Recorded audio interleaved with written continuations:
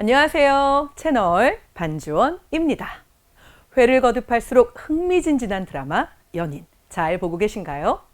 저희 채널 반주원에서는 그 어떤 드라마보다도 연인을 많이 다루었는데요. 병자호란이라고 하는 정확한 시대 배경이 있기 때문에 유쾌한 국사와 대단히 잘 맞는 측면이 있었기 때문이죠. 주인공 장현만큼이나 눈길을 끄는 인물이 한 명 더 있습니다. 바로 김무준 배우가 연기하고 있는 소현세자인데요. 때로는 가슴이 아리기도 하고 때로는 역사의 저변에 불고 있는 태풍 속에 저 어린 세자는 어떻게 저기까지 무슨 마음으로 갔을까 때때로 감정이 입되기도 하는데요. 처음에는 예민하고 백성들의 삶을 전혀 모르는 인물로 묘사가 되었습니다. 쓴소리를 하던 장현을 경계하고 장현과 갈등을 빚기도 했는데요.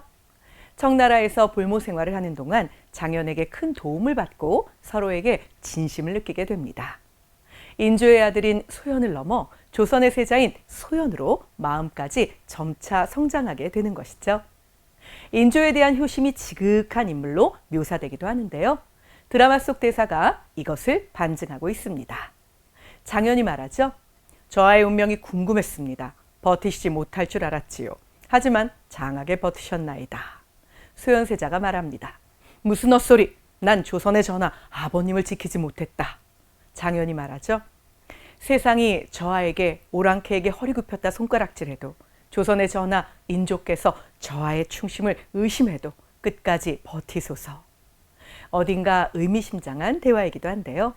17화 7편에서는 소현세자가 조선으로 돌아오는 모습이 보여지면서 앞으로 벌어질 이야기에 대한 기대를 남기기도 했습니다. 실제 역사 속에서 인조와 소현세자의 사이는 어땠을까요? 소현세자는 조선 왕조에서 비운의 왕세자로 회자되는 인물 중 한 명입니다. 왕세자였지만 왕이 되지 못하고 세자일 때 요절하고 말았는데요. 소현세자의 죽음에 의혹이 있어 오늘날까지 학계의 설이 분분한 측면도 있습니다. 소현세자는 1612년 인조의 장남으로 태어났습니다. 1623년 인조반정으로 부친이 왕에 오르면서 세자로 책봉된 것인데요. 병자호란 후 동생인 봉임대군과 함께 청나라에 인질로 끌려가게 됩니다. 소현세자가 청에서 머문 곳은 심양인데요. 양국 간의 연락, 포로 문제 논의 등이 이루어진 일종의 대사관 기능을 하는 곳이었습니다. 소현세자는 조선과 청의 원만한 관계를 위해 노력했는데요. 무역과 농사를 통해 재력을 비축하고 조선인 포로를 구하는 데 힘을 쏟기도 했습니다. 청나라의 힘을 바로 옆에서 지켜본 소현세자는 인조와 조금 다른 측면의 생각을 가지게 되었겠죠. 인조는 삼전도의 굴욕을 새기고 청나라에 대한 복수를 꿈꿨습니다. 반면 소현세자는 청나라에 대한 적개심은 적개심대로 따로 넣어두고 청을 인정하는 측면은 인정하는 측면대로 존재했던 것이죠. 그들의 뛰어난 기술이 조선에 도움이 될 것이라고 여겼기 때문입니다. 이렇게 부자 사이에 조금씩 갈등의 골이 깊어지게 된 것이죠. 인조는 청과 돈독한 관계를 유지하는 소현세자를 매우 못마땅하게 여겼습니다. 자신의 자리를 위협하는 대상이라고 생각했던 것인데요. 심지어 당시 조선에서 소현세자가 왕이 되고자 청나라를 부추기고 아버지 인조를 심양으로 보내려고 한다라는 소문까지 돌았다고 합니다. 그러니 인조의 불안은 더욱 커질 수밖에 없었겠죠. 오랜 인질 생활을 마치고 조선으로 귀국한 소현세자. 하지만 인조는 소현세자를 그다지 반기지 않았습니다. 소현세자는 아버지 인조를 향해 애틋한 마음을 품고 있었죠. 아버지를 위해 비단, 황금 등 매우 귀한 물건을 가지고 왔습니다. 하지만 인조의 눈에는 소현세자가 청에서 고초를 겪은 것이 아니라 호강을 하고 온 것처럼 잘못 비춰질 뿐이었죠. 조선시대의 야사와 다양한 이야기를 담은 역사서 조야첨제에는 당시 인조와 소현세자의 모습에 대한 기록이 이렇게 남아 있습니다. 청나라 황제가 8년간을 청나라에서 생활하다 돌아가는 조선의 왕자들을 불러 가지고 싶은 것을 말하라고 했다. 소현세자는 청나라 황제가 사용하는 벼룻돌인 용연을 달라고 하여 얻었다. 귀국한 아들에게 인조는 청나라에서 무엇을 가지고 왔느냐라고 물어보았다. 소현세자는 이렇게 말했다. 저는 청나라에서 황제가 가장 아끼는 용연을 얻어왔습니다. 라고 말하며 벼루를 인조에게 바쳤다. 인조는 매우 크게 놓아요. 뭐라고? 용연석 하면서 벼루를 소현세자의 머리를 향해 던져버렸다. 이때 벼루가 소현세자의 머리에 맞아 그 후유증으로 귀국 후 2달 만에 소현세자는 사망하고 말았다. 그 후 어린 사내아이를 꾸짖는 말로 용연석 하던 것이 점점 변하여 요녀석이 되었다.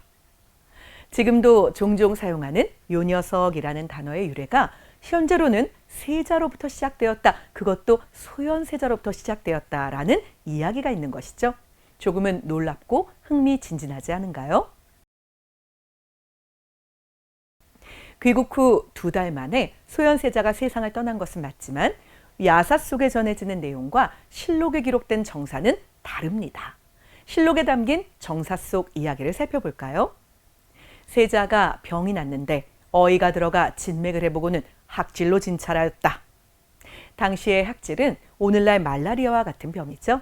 귀국 후 2달 만에 34살의 젊은 나이로 병으로 죽음을 맞이했다라고 기록되어 있습니다. 세자의 병과 죽음이 의심스러운 또 다른 기록도 있는데요. 소현세자가 병에 걸렸을 때 담당 의원은 이형익이라는 인물이었습니다. 3개월 전 왕실의관으로 특별 채용된 초짜 어이였는데요. 소현세자와 사이가 좋지 않은 인조의 애첩 조소용의 친정과 연이 깊은 사람이었다고 합니다. 실록도 세자의 죽음에 의혹을 제기하며 조소용이 세자를 평소에 좋아하지 않고 인조에게 모함하려고 했던 일을 함께 기록해 놓았을 정도입니다. 더욱 의아한 것은 자식의 죽음을 대했던 아버지 인조의 모습이었습니다. 당시에 왕이나 세자가 병으로 죽으면 담당했던 어인은 문책을 피할 수 없는 것이 역사적 사실이죠. 대신들은 의원이었던 이영익을 국문하고 처벌해야 한다고 여러 번 간청했습니다. 그러나 인조는 이런 일은 흔하니 굳이 처벌할 필요가 없다라고 딱 잘라 말했다고 하죠. 신하들의 반대에도 장례마저 간소하게 마쳤는데 소현세자의 지위와 예법에도 어긋나는 안타까운 일이었다고 합니다. 소현세자의 불행은 죽음에서 끝나지 않았습니다. 인조는 세자가 죽으면 세손, 즉 소현세자의 아들에게 왕위를 전해야 한다라는 법을 어기게 되는데요.